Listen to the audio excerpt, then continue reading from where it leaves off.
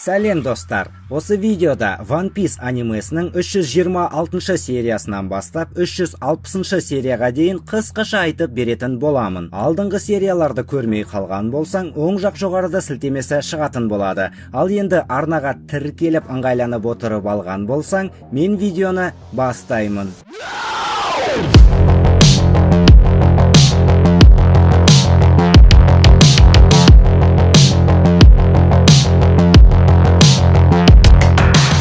Сонымен 326 сериясынан бастап 336 серияға дейін Ледяной охотник деген канонға еш қатысы жоқ іш пыстырарлық арканы сәтті Себастьянус қыламыз. Ары қарай Мугиваралар біраз жүзген соң кенеттен ауа райы бұзылып кетеді де, шторм аяқталып тұманға түсіп кеткен уақытта жандарында үлкен бір заброшенный кеме пайда болып, Мугиваралар бұттарына жіберіп қояды. Вообще Кемеден йо-хо-хо деп әндетіп тұрған дауысты естиді де, Луфи кемені зерттеп келуді қалағандықтан, Зоро таңдау арқылы Луфимен кім баратынын шешіп, Луфимен бірге Санджи мен Нами кетеді де, олар кемеде бір скелетті кездестіреді.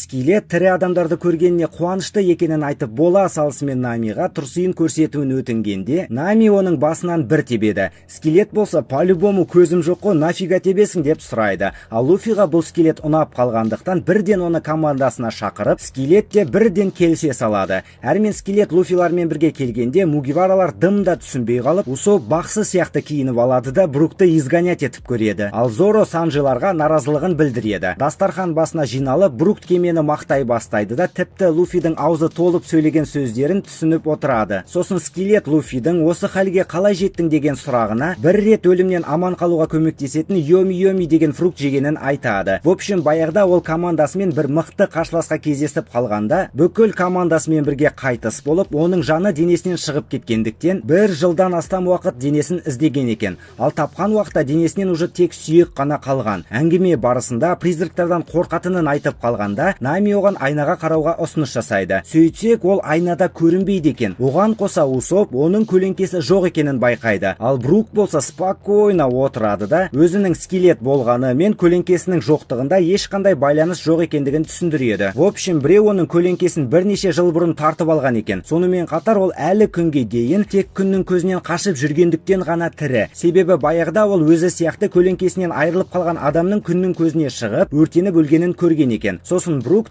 біршама жылдар бойы үлкен теңізде жалғыз жүргендіктен, осы кездесуге өте қуанышты екендігін айтады да, осы себептерге байланысты командаға қосыла алмайтындығын түсіндіреді. Луфи бірден бүкіл мәселе көлеңкеде болса, қайдан табу керек екендігін айтсаң болды, қайтарып береміз дейді. Брук болса жаңа достарын қатерге тіккісі келмегендіктен көмектен бас тартады. Оның орнына скрипкасын алып шығып, әндетіп жібермекші болады. Алайда сол сәтте привиденияны байқап қалады да, палубаға атып шығып, Триллер Барк деген жерге келгендеріне көзі жетеді. Мугиваралар осы жаққа жақындағанда бір бөшкені кездестіріп, оны қазына деп ойлап қалғандықтан ашқандарын есіне түсіреді. Алайда ашқан уақытта жарылыс болғанын айтқанда, Брук бұл кеменің сол сәтте белгіленгендігін түсіндіреді. Сосын Брук Луфиларға абай болыңдар дейді де, спокойно судың бетімен жағаға қарай жүгіріп кетеді. Робин бір үлкен ауызды көреді де, сол ауыз өздерін жұтып қойды деген болжам жасайды. Фрэнки өзінің жұлдызды сәті келгенін түсініп, кемеде 2 рет 0 және 1-ден 4-ке дейінгі 6 түрлі қосалқы күш бар екендігін айтады. Екінші нөмірде Нами, Усоп және Чоппер жүзуге шыққан мини Going Merry. 0-ші нөмірде дөңгелек, 1-шіде волновик, 3-шіде 3 орындық су асты қайығы. В общем, Луфиға бәрі ұнайды. Намилардың айқайлаған дауыстары тым алыстан шыққандықтан оларға не болғаны белгісіз болады. Сол сәтте күтпеген жерден кеменің якері түседі, алайда оны ешкім тиіспеген болатын.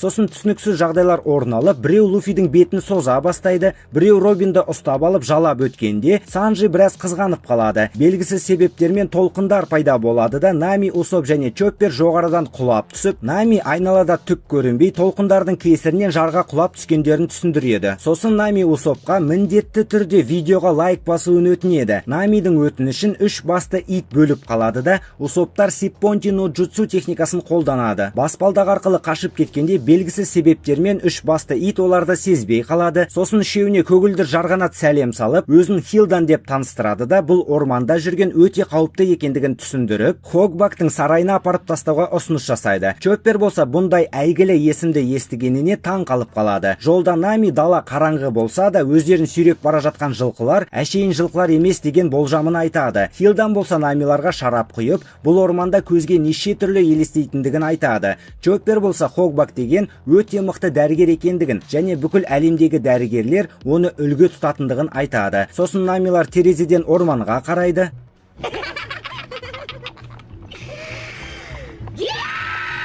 В общем, олар елес емес бәрі шынайы екендігін түсініп, Хилданнан өздерін әкелген жерге апарып тастауын өтінеді. Ал Хилдан болса просто кетіп қалады. 10 минут өткен соң Усоп Хилданның да жылқылардың да уже жоқ екендігін байқайды. Арбада отырған уақытта зираттан зомбилардың шығып жатқанын байқап, шеуі бұттарына жіберіп қояды. Ал зомбилар болса жақындайды да арбаны төңкеріп тастайды. Намилар үйтіп-бүйтіп қаша жөнелгенде, Усоп зомбилардың итакта ақырын қозғалып келе жатқандарын айтқаны сол еді. Зомбилар жүгіре жөнеледі. Алайда бірнеше секундтан кейін дыхалкалары өшіп қалады. Кемені белгісіз толқындар белгісіз бір паутинаға жабыстырып тастайды. Ал Усоп, Нами және Чоппер Хогбактың сарайына жеткенде, Нами бұл сарайда әшейін адам тұрмайтынын айтады. Сарайға жақындаған уақытта құдықтан бір Франкенштейн ханым атып шығады да, Усоптың бетіне тарелкалар жабыстырады. Есіктен Хогбактың өзі шығады да, өзі әйгілі Хогбак дәрігер екендігін айтады. Ал Синдаритян тарелкаларды жек көреді екен. Себебі баяғыда ол күйеуінің махаббатын тексеріп, барлық тарелкаларды сындырып тастағанда, күйеуі оны қуып жіберген екен.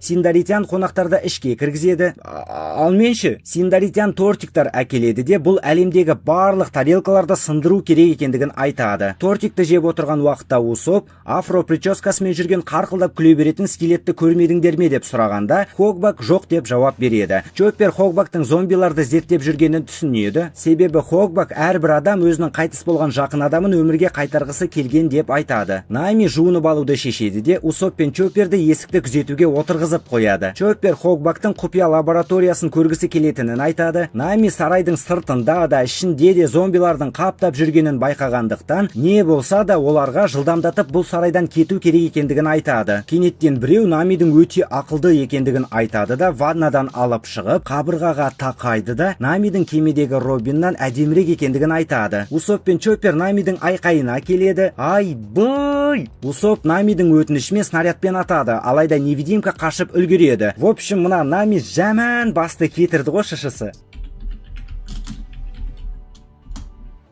Зоро бірден кеменің тура қақпаның алдында тоқтағаны күмән туғызатын болғандықтан, сол қақпамен жүрген ақмақтық екендігін айтады. Бірақ Луфи қоймай қойған соң бірге кетеді. Үш басты итті кездестіргенде қашудың орнына Луфи оны дрессировать етіп көруді шешеді. Дайлапу. Лежать. Ары қарай жолдарын жалғастырып барлығы ағаш пен бір единорогтың тап-атал тұманда бұқат етіп отырғанын көріп таң қалып қалады. Луфи біраз вахуйланып болған соң екі алқашты ұстап алады. Нами жылдамдатып бұл сарайдан қашу керек екендігін айтуын жалғастырады, ал Чоппер Хогбактың жаман адам емес деуін жалғастырады. Келесі бөлмеде оларды Хилдан қарсы алады да бөлмелеріне апарып тастауды ұсынады. Намилар бұл жолы оны нәху послать еткенде ілініп тұрған сурет, яғни Алиэкспресстен келген Орочимару қозғала бастайды да Чопперді ұстап алады. Кенеттен Усоптың астындағы аюдың терісі де зомби болып шығады. Алайда Усоп тупит етпей, оған люстрадағы свечкаларды лақтырады да үшеуі алыса келе, от жағатын пешке домалап барып, сол жердегі құпия есікке кіріп кетеді. Ол құпия есік Хогбактың лабораториясына апарады екен. Құпия жолдағы дәлізде де картиналы зомбилар бар болғандықтан үшеуі қашып бір бөлмеге кіріп кетеді. Ол бөлмеде Синдаритянның суреттері да офига екен. Нами бір жазбаларды тауып алып, Синдаритянның ақсүйек отбасыдан екенін және актриса екендігін, сонымен қатар 10 жыл бұрын қаза тапқандығын біледі. Бұл дегенің тарелкаларды жек көретін Синдаритян зомби деген сөз. Нами бір сандықты байқап, ішінде қазына екен деп ойлап қалады. Алайда оның ішінен тосын сый атып шығып, қазына бұл жерде емес екендігін айтады. Нами қашып бара жатып, ойының бәрі қазына бұл жерде болмаса, значит бір жерде бар деген ойға батады. Луфилар Намиларды іздеп келе жатып, призрактарды кездестіріп қалады да Фрэнки отпен соққы жіберіп көріп, соққысынан түк шықпай қалады. Сосын призрак Фрэнкидің денесінен өте шыққанда, Фрэнки өмір сүргісі келмей қалады. Луфи да призракты ұстап көрмекші болады да, оның да настроениясы нәскиіне түсіп кетеді. Зоро болса, какой-то призракқа көңіл күйді басқаруға беру ақымақтық дейді. Призрак Зородан өте шығады. Тірі жүргеніме қатты ұяламын. Біраз уақыттан кейін призрактар кетіп қалған соң, Луфи олардан кек алуды шешеді. Ал Санджи Зороны приколға тығады. Әрмен зиратқа келіп жеткенде, жерден бір зомби шыға бастайды. Луфи спокойно оған жақындайды да, қайтадан шыққан жағына тығып көреді. Зомбилар ашуланып кетіп шабуылға шығады, бірақ жойқын күшті мугиваралықтар 600 миллиондық ваншотпен барлығын қиратып тастайды. Намилар сығалап жүріп Хогбактың кезекті бір зомбиді дайындап жатқанын көреді. Чоппер зомбидің қолындағы нөмірді байқап, бұл зомбилардың реттік нөмірлері екендігін түсінеді. Олар Хогбакты сығалап тұрған уақытта, олардың артынан зомби генералдардың біреуі шығады. Зомбилар нормально так таяқ жеп алған соң, Луфи зомбилардың намиларға тиіскендерін анықтайды да, оның накамаларына тиісуге болмайтындығы туралы қосымша сабақ өткізіп кетеді. Жолда олар зомбиға ұқсайтын бір NPC-ді кездестіреді, бірақ ол көлеңкесінен айырылып қалған адам екен. NPC Луфилардың мықты екендерін байқап, осы жердегі ең главныйының аты Геккамория екендігін айтқанда, Робин Геккамория деген Шичибукай болғандықтан өте мықты екендігін қосады. Фрэнки NPC-лардың қайтадан күннің көзін көргілері келетіндерін естіп, жаны аши бастайды. Луфи болса Шичибукайдың Шичибукайын шығаратындығын айтады. Намиларды Хогбактың лабораториясына қарай лақтырып жібергенде,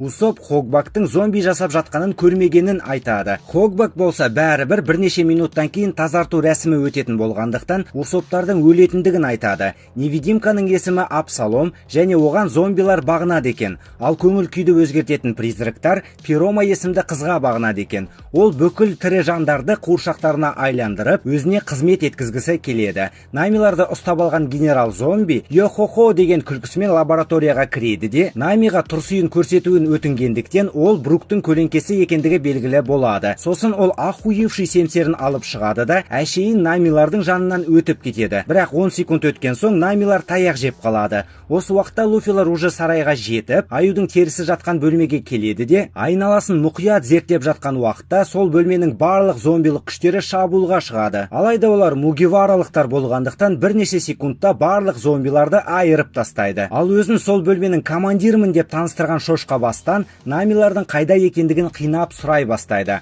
Ал Намиларды лабораторияда гробқа қамайды да Геккаморияға қарай жібереді. Сол уақытта бір жаққа талпа зомбилар кетіп бара жатады. Луфилар болса шошқа басты өзімен алып сарайды зерттеуге кетеді. Кружите особняк, начнем ночь фиесты.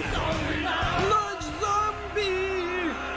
Сөйтсек зомбилар зомби генералдарды тірілту рәсіміне жиналған екен. Зомби генералдар бірінен кейін бірі тұра бастайды да, мугивараларды ұстаңдар деген бұйрық алып, бұйрықты орындауға кетеді. Ал Абсаломда кішігірім проблема пайда болады. Себебі оған бір зомби генералша Қабангүл ғашық екен. Пиромада өзінің қонжық оқағары бар екен. Қонжық Пироманың өзіне ұнамағандықтан оған мүлдем сөйлемеуін талап етеді. Сарайдың басқа жағында екі кішкентай зомби гробты құлатып алады да Чопперден таяқ жеп қалады. Усоп пен Чоппер бұл жерден қашып кетпекші болады. Ал Нами типа олармен келіскен түр жасайды. Кенеттен Намиларды неше түрлі жануар зомбилар қоршап алғанда, Чоппер ірілермен төбелесе бастайды. Ал Усоп бокстаса алатын зебра кенгуру зомбидан таяқ жей бастайды. Нами технично Себастьянус жасамақшы болады, алайда қолға түсіп қалып, артында пайда болған бегемот оны өлтірмекші болған соңғы сәтте Намиді пингвин зомби құтқарып қалады да, Намиді қорғауына алып, ол пингвин Санджидің көлеңкесі екендігі белгілі болады. Луфилар қатты расслабон ұстап қалғандықтан жолда Санджи мен Зораны жоғалтып алады. Луфидің көтенінде балалық шағы ойнап кетіп, рыцарьдың ауыр сауытын киіп алған уақытта оларға генерал зомбилар шабуыл жасап, Луфилар оларды қанша айырып жатса да, олар қайта-қайта тұруларын жалғастырады. Абсалом Қабангүлге Намиға үйленгісі келетінін айтып қалғанда, Қабангүл оны сүйіп алуға бірнеше әрекет жасаған соң, Намиді өлтіріп тастауға кетіп қалады. Пингвин зомби барлық жануар зомбиларға қарсы шығады. Луфилар зомби генералдарды айыруларын жалғастырып жатқан уақытта кенеттен Луфи өзіне таныс соққыны көреді де, соққы жасаған Зоро екен деп ойлап қалады. Алайда ол зомби кішкене жақындаған уақытта ол Зоро емес екендігі белгілі болады. Мугиваралар шегінуді шешіп, Фрэнки мен Робин алға қашып кеткен уақытта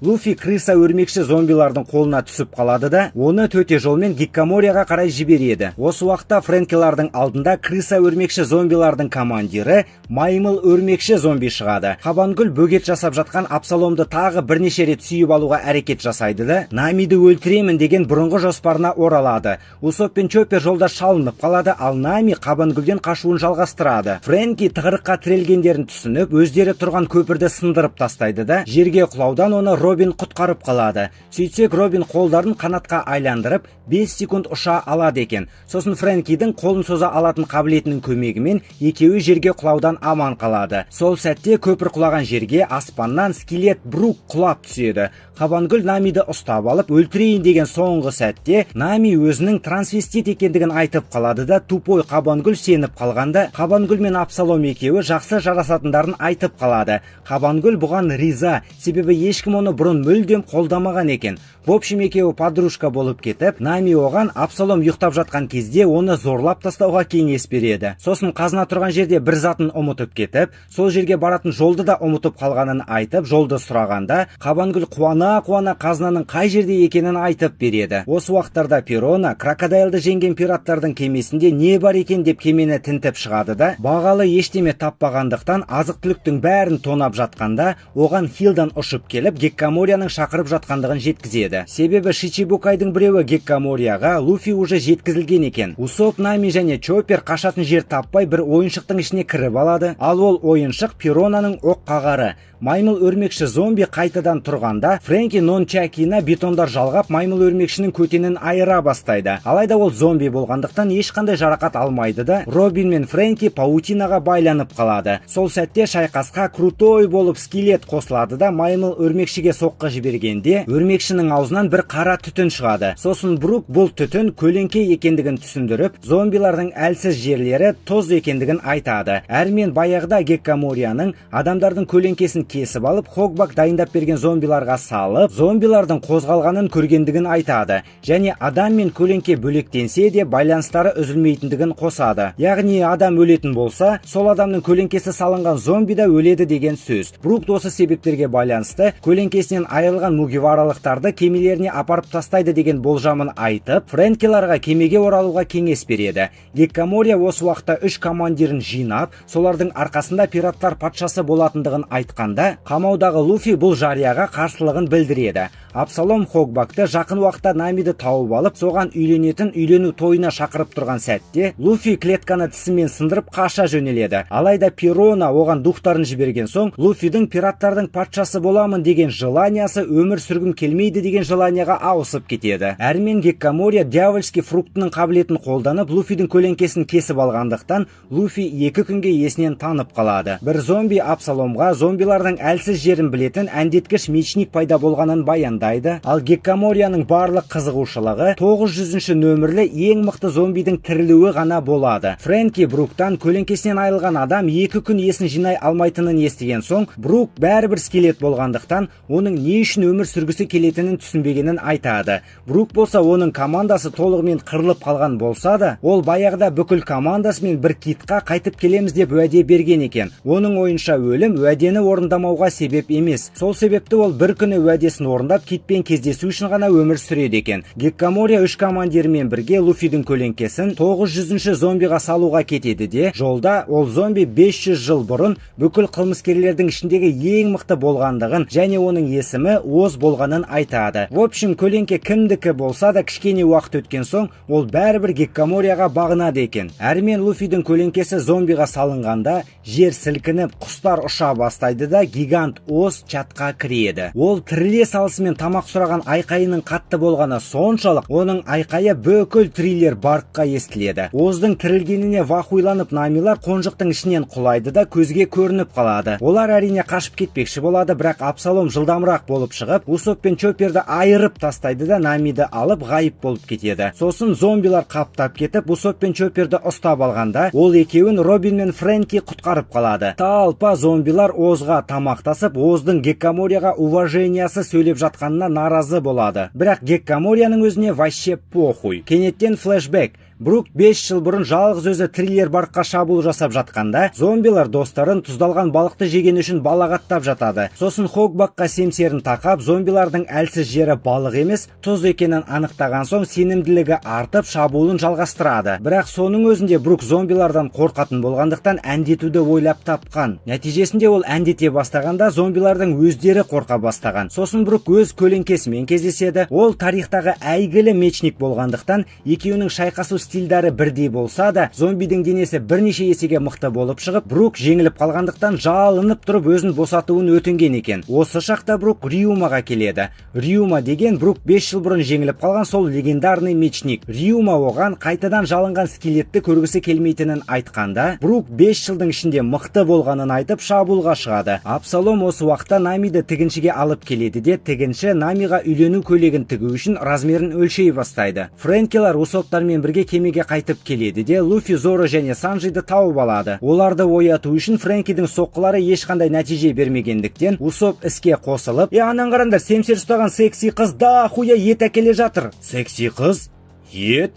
Семсер? Луфи бірден 3 маңызды нәрсені қайтару керектігін айтады. Олар тамақ, Нами және көлеңкелері. Фрэнки Бруктың әрекеттерінің бәрін Лабун деген қайтадан кездесуге уәде берген китпен кездесу үшін жасап жатқанын айтады. Мугиваралар Лабунмен қоштасқаннан бері 50 жыл өткен накамасын кездестіргендеріне таң қалып қалады. Ал Луфи болса бұны джекпот деп атайды, себебі музыкант, скелет, йохохо деп әндетет, оған қоса Лабунның накамасы. В общем, ол қарсы болса да, Луфи оны накамасы қылып алуды шешеді. Оз болса серуендеп қайтуды шешеді де, қалың қабырғаны бұзып шығып, әдеттегідей аяғын созып көрмекші болады да, бірдеменің дұрыс емес екендігін сезеді. Усоп Намидің жалаңаш болған кезде аңдыған көрінбейтін леопард үйлену үшін алып кеткендігін айтқанда, Санджидің қаны басына шығып шайқасқа дайындалады. В общем, қазір түн. Луфилардың көлеңкесі жоқ болғандықтан олар күннің көзіне шыға алмайды. Сол себепті Луфиларда тек таң атқанша ғана уақыт бар. Хилдан Хогбакты Абсаломның үйлену тойына шақырады да, Мугиваралардың шабуылға шыққандығын баяндайды. Фирона оларды өзі ақ тоқтататынын айтады, алайда Хогбакта қосылып, өзімен 2 зомбиді ала кетеді. Фирона бірнеше секунд ішінде Луфи мен Санджиді айырып тастағандықтан, Усоптар екеуін көтеріп көпірге қаша жөнелгенде, кенеттен көпірге Оз құлап түседі. Зоро басында оны қабырға екен деп ойлап қалады, бірақ сосын оның Луфидің зомби екендігін түсінеді. Оздың құлағаны Мугивараларды 2-ге бөліп тастайды да, Луфи, Робин және Чоппер Геккаморияның артынан кетеді. Бірақ оларды Хогбак тоқтатады да, әдейі өзімен ала кеткен 2 зомбиін шығарады. Луфидің зомбиі сынған бетоннан өзіне типа пираттық шляпа жасап алады. Ал Зоролар арғы жаққа қалай өтеміз деп тұрған уақытта, Фрэнки бірнеше минуттың ішінде жап жаңа көпір жасап тастайды. Санджылар оған респект лақтырып, барлығы көмекке асыға жөнеледі. Оларға қарсылас ретінде Пирона шығады да, сол сәтте барлығы негативқа тығып жібереді. Пирона уже жеңдім деп кетіп бара жатқан уақытта, кенеттен біреу тұзбен атқылап бірнеше зомбиларды чаттан шығарып жібереді. Пирона Усоптың қозғала алатынына вахуйланып тұрғанда, Усоп үнемі негативті жүретін болғандықтан бұндай атакалар өзіне әсер етпейтінін түсіндіреді. Пирона тағы кішкене таңғалып болған соң, зомбилармен бірге Усоп қатты мұңаймау үшін оған қолдауын көрсетеді. Усоп Зороларға, мына қызға сендердің шамаларың жетпейді деп, Пиронаны өз мойнына алатындығын айтады. Алайда кетпес бұрын барлық зомбиларды айырып беріңдер деп өтініп үлгермей қалып, барлығына қарсы жалғыз өзі қалып қояды. Пирона Усопқа қарсы 4 есе мықты негативті қолданып көреді. Алайда негативті духтармен Пиронаның өзі Усоптың негативінен өздері мұңайып қалады. Осы уақытта Брук өз көлеңкесінен таяқ жеуін жалғастырады да, екеуі де самурайлық соққымен шабуылдауды шешіп, 10 секунд өткен соң Брук чаттан шығып кетеді. Алайда легендарный мечник Брук үшін ең қымбат афро прическасын кесіп тастайын деген соңғы сәтте, оған көмекке Зоро мен Фрэнки келіп қалады да, зомби мечник Зороның соққыны тоқтата алғанына таң қалып қалады. Луфи болса Геккаморияны тауып алып, оның көтенін айырып, барлығына көлеңкелерін қайтарып беретінін ескертеді. Геккамория болса қарқылдап күліп, саусағыңның ұшын тигізе алсаң деп жауап береді. Үйлену рәсімінде Абсалом Намидің ернінен сүйе алмай жатады, себебі сыртта Оз үлкен рөлді айландырып ойнап тұр екен. Абсалом Озды тынышталдыру үшін зомби генералдарды жібереді. Оз болса секіріп қалады да, резеңкелі болмаса да резеңкелі пулемет техникасымен келген зомби генералдардың бәрін чаттан шығарып жібереді. Зоро болса легендарный мечникқа оның семсері нихуёвый екендігін айтып, семсерді өзіне тартып алатынын ескертеді. Луфи неге екені белгісіз гирларын қолданбай Геккаморияға шабуылдарын жаудырады. Алайда оның көлеңкелі клоны қорғап тұрғандықтан Геккаморияның өзін жаралай алмай тұрады. Усоп қулығының көмегімен Перонаның зомбиларының басым бөлігін чаттан шығарып жібергендіктен Перона қаша жөнеледі. Бірақ соңғы сәтте қонжық зомби келіп қалғандықтан Усоптың өзі қаша бастайды. Санджи үйлену рәсіміне басып кіреді де Намиді ұстап тұрған зомбиді маңқ еткізіп, Намидің сұлулығына кішкене тамсанып қалады.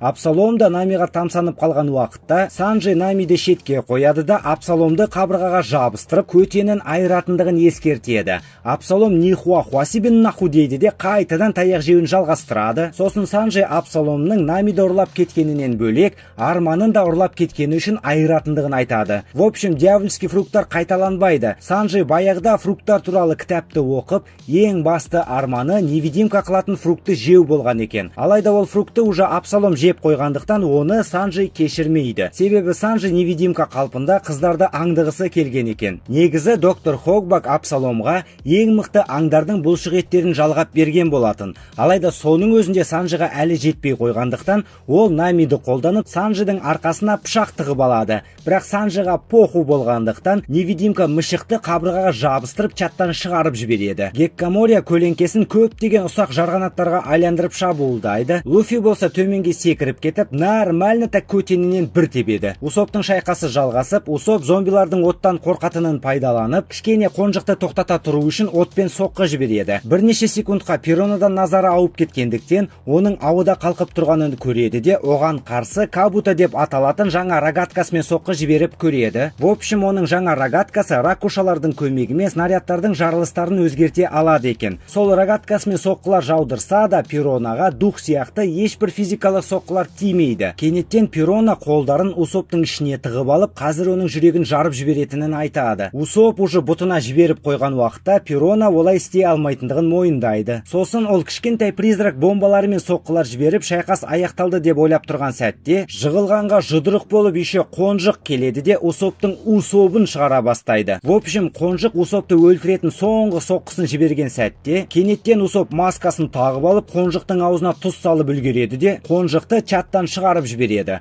Усоп бірден қаша жөнеледі, ал оның шизофрениясы шамаң жетеді деп тұрғандықтан, Усоп Перонаға физикалық соққылар әсер етпейтін болса, басында не үшін қашты деген ойға батады. Сосын бір түрлі бөлмені көреді де, снарядымен есігін қиратып, Перонаның нағыз денесін тауып алған соң, рогаткасымен соққы жіберіп, типа тигізе алмағандай түр жасайды. Геккамория болса Луфиға қазір мықтырақ қарсылас келетін болғандықтан кішкене асығуға кеңес береді. Сосын көлеңкелер біраз уақыт бұрынғы иесінің қылықтарын жасайтын болса да, уақыт өте келе өзіне бағынатындығын түсіндіреді. Чоппер болса Хогбактың қатыгез екендігін енді ғана түсініп, одан көңілі қалып қояды да Зоро зомбиді захватқа алады. Ал қыз балаға тиіспейтін Санджидің зомбиі Робиннің арқасынан бір тебеді. Оз типа пираттар патшасының шляпасын лақтыра салады, өйткені ол пираттар патшасы бола алмайды. Себебі ол Геккамория деген қожайынын пираттардың патшасы қылу керек деп қожайынына қарай асығады. Перона өзінің ең мықты соққысын жібергенде, Усоп соққыны отдача ракушасына сіңіріп алады. Усоптың артынан Перонаның тағы бір мықты зомбиі пайда болған уақытта, Усоп жаңағы сіңірген соққысын соған жіберіп айырып тастайды. Қолынан айырылып қала жаздаса да әдемі жасайды.